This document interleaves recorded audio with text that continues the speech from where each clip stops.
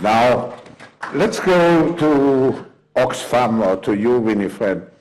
60% of Africa's population is still living below poverty line. You see it from a perspective on the ground. What is your explanation and what can be done in order to resolve this issue? Well, thanks, Klaus, and I'm very delighted to be here with the excellencies.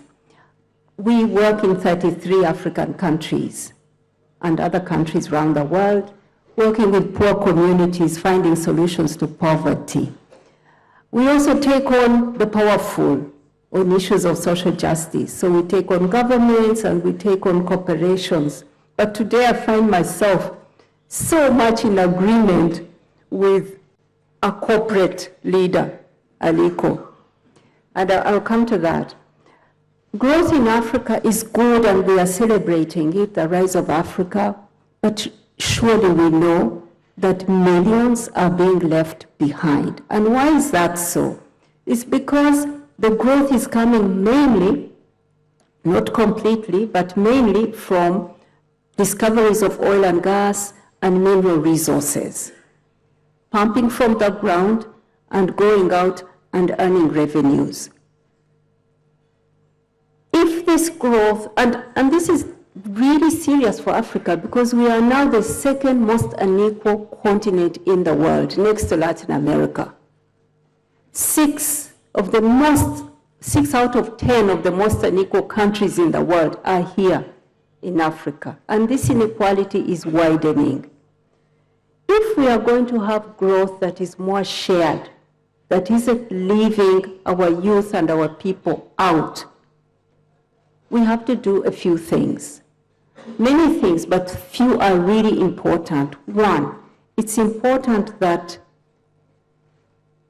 African people, men and women out there struggling every day, working, get free,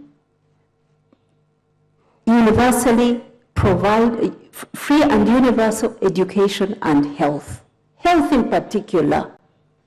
Because an African man who's out there digging and earning for the country must be able to know that when he falls sick, he'll go to a hospital funded by the government and get health.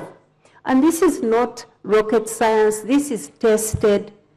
Europe and America and Asia, this was the way they went out of poverty into development. They had to provide health and education for their people. We don't do it, and we don't do it, and that is why growth will continue to rise, but our people would not have the capabilities to be part of that growth. So that's important. When you say it, Klaus, you get told that there is no money for putting in health and education in Africa. You need to bring the private sector. Then you need to pay user fees. But the truth is that the resources for this are there. The African Development Bank has told us that the continent is losing $63 billion every year in illicit financial flows. That is the money that should be funding this. We are told that we have been, as a continent, a net long-term provider of resources to of money to other continents. The flow, 1.4 trillion in the last 30 years, flowing out of this continent. What are we doing? What are our governments doing to stop tax dodging, to stop this hemorrhage of resources so that we put it back in our people? That is the question. We are getting into a situation where the business environment, this is where I agree with Aliko here, that we talk about an enhanced business environment in Africa. We have created it. There can't be a more enhanced business environment on earth better than Africa. If you think of the tax holidays, the tax breaks, if you think about the tax dodging, this place, business is making money and paying almost nothing for it. So it's time the business paid their fair share so that money can go back into what is needed. What do I mean? In Africa now, let me give you an example of just Zambia. Zambia earned $240 million from its copper in 2011. But how much went out? 10 billion. $10 billion of copper was exported.